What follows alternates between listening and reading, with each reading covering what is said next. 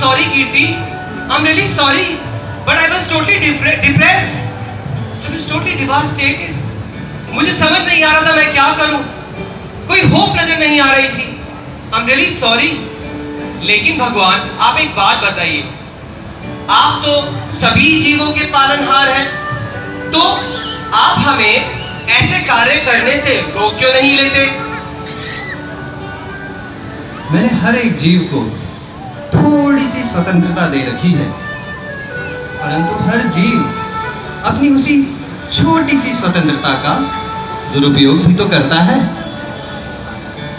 मैं रोकता टोकता तो केवल उन्हें हूं जो केवल मुझसे निश्चल प्रेम करते हैं, क्योंकि मेरा प्रेम भी उनके प्रति वैसा ही है. बाकी सब तो सिर्फ अपनी फ्रीडम को एंजॉय करना चाहते हैं. परंतु भगवान जी, हम भी तो आपसे प्यार करते हैं. सुबह शाम धूप बत्ती करते हैं, मंदिर जाते हैं.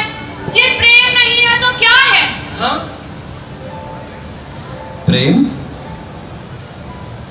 प्रेम तो आप अपने परिवारों से करते हैं, अपने मोबाइल फोन से प्रेम करते हैं आप, अपने टीवी से, यहाँ तक कि अपनी कार से आपका प्रेम होता है. पर कृष्ण से तो आप मात्र व्यापार करने ही आते हैं. जब भी मेरे मंदिर आते हैं, अपनी इच्छाओं और डिमांड्स की एक लंबी लिस्ट लेकर चले आते हैं और कहते हैं, हे भगवान, यदि आप मुझे नौकरी दिला दें तो मैं आपको 100 रुपए का भोग चढ़ाऊंगा, और यदि उस नौकरी के साथ एक बंगला और एक गाड़ी भी मिल जाए तो 1000 रुपए का भोग चढ़ाऊंगा. पता नहीं लोगों को ऐसा क्यों लगता है जैसे कि मैं उनकी महंगे भोग या चढ़ौतरी का भूखा हूं. अरे ये भोग, ये तो आपकी प्रेम भावना का प्रतीक होना चाहिए. लेकिन सभी लोग इस प्रेम के बदले व्यापार डालकर मुझ जगदीश को खरीदना चाहते हैं. आपने कहा आप मंदिर जाते हैं, अच्छी बात, मेरी आज्ञा भी है. लेकिन उन मंदिरों में मैं केवल ऐसे भक्तों का इंतजार करता रहता हूं जो ये आकर कहें कि हे कृष्ण, नौकरी रहे या जाए, घर पैसा ये सब रहे या ना रहे, पर हे कृष्ण, हमें सिर्फ आप चाहिए और आपका निश्चल प्रेम चाहिए. महाभारत के युद्ध से पहले अर्जुन के पास भी कुछ ऐसी ही चॉइसेस थी.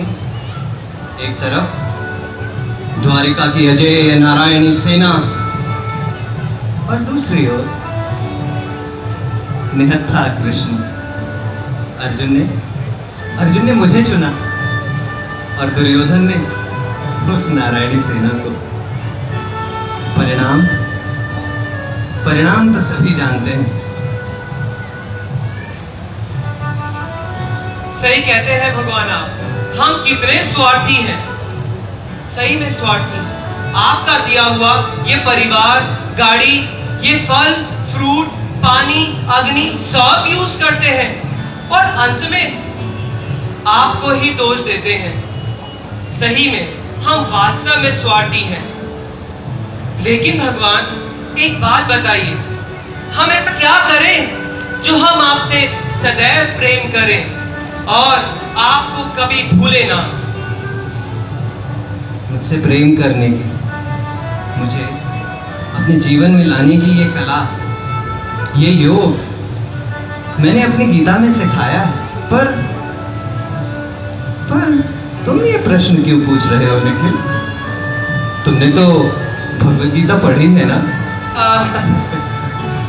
भगवान, मैं पहले ही बहुत शर्मिंदा हूँ.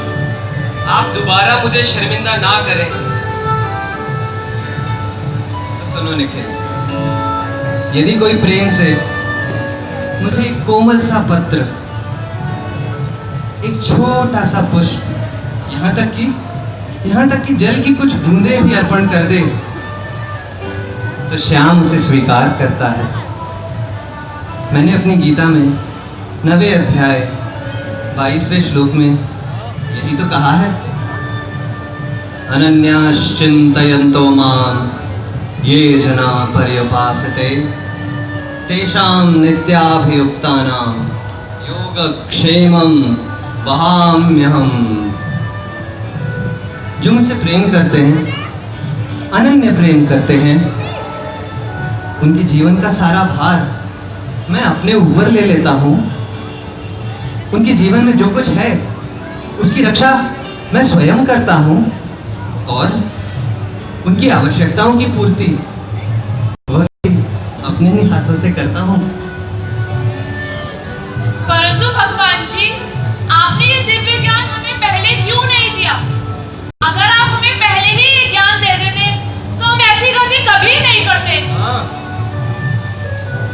कीर्ति, निखिल, तुम्हें क्या लगता है उन निखिल भैया को, भगवत गीता लेकर आने वाले उस भक्त को तुम्हारे जीवन में आने की प्रेरणा किसने दी? मैं तो सदैव तुम्हें अपने जीवन में उतारने की प्रेरणा देता रहता हूं,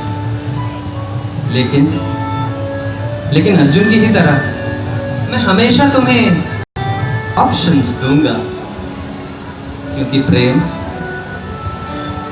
प्रेम तो स्वेच्छा से होता है ना, जबरदस्ती से नहीं। हाँ, हम भी आपको ही चुनना चाहते हैं, ना कि उस नारायणी सेना को। अब तुम चिंता ना करो निखिल। अरे, जब एक छोटी सी चींटी से लेकर हाथी तक सभी मेरी कृपा से अपने परिवार का भरण पोषण कर लेते हैं, तो क्या मैं अपने प्यारे भक्तों का ध्यान नहीं रखूंगा? वैसे तुम अपने उस जॉब की चिंता ना ही करो तो अच्छा है निखिल। भगवान जी, क्या ऐसा हो सकता है कि आप हमेशा हमारे पास रहें, हमें छोड़कर कभी ना जाए? मैं कभी तुमसे दूर हूं ही नहीं, लेकिन मेरी इस उपस्थिति का अनुभव मेरे प्राण प्यारे भक्तों के साथ बैठकर मेरे नाम, मेरे गुणों और मेरी लीलाओं का कीर्तन करने से, गीता जैसे ग्रंथ पढ़ने से तुम्हें हो जाएगा। लेकिन भगवान, एक बात बताइए, हम लोग तो बहुत सीधे साधे लोग हैं, क्या हम लोग आप तक पहुंच पाएंगे?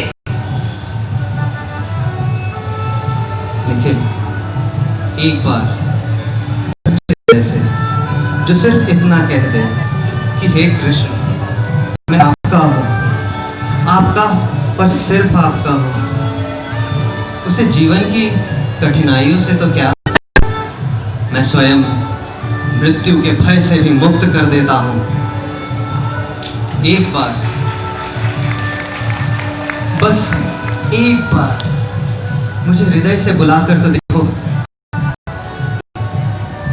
कृष्ण सदैव से तुम्हारा है, तुमसे मिलने को उत्सुक है। कृष्ण कृष्ण कृष्ण कृष्ण कृष्ण कृष्ण कृष्ण।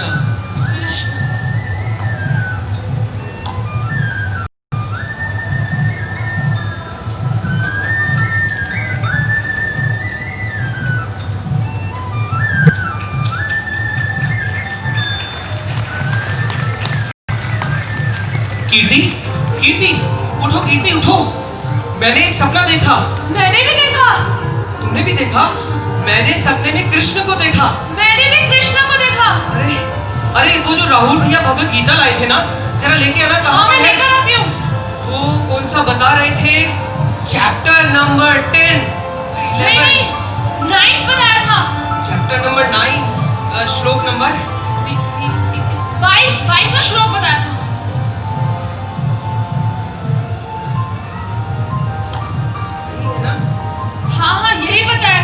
अनन्याश्चिन्तयन्तो मां ये जना पर्युपासते तेषां नित्याभियुक्तानां योगक्षेमं वहाम्यहम्। मीनिंग पढ़ना जरा। किंतु जो लोग अनन्य भाव से मेरे दिव्य स्वरूप का ध्यान करते हुए निरंतर मेरी पूजा करते हैं, उनकी जो आवश्यकताएं होती हैं उन्हें मैं पूरा करता हूँ, और जो उनके पास है उसकी रक्षा करता हूँ। यही कहा था उन्होंने। अब हमें कोई चिंता नहीं है, क्योंकि कृष्णा हमारे साथ है। हरे कृष्णा हरे कृष्णा।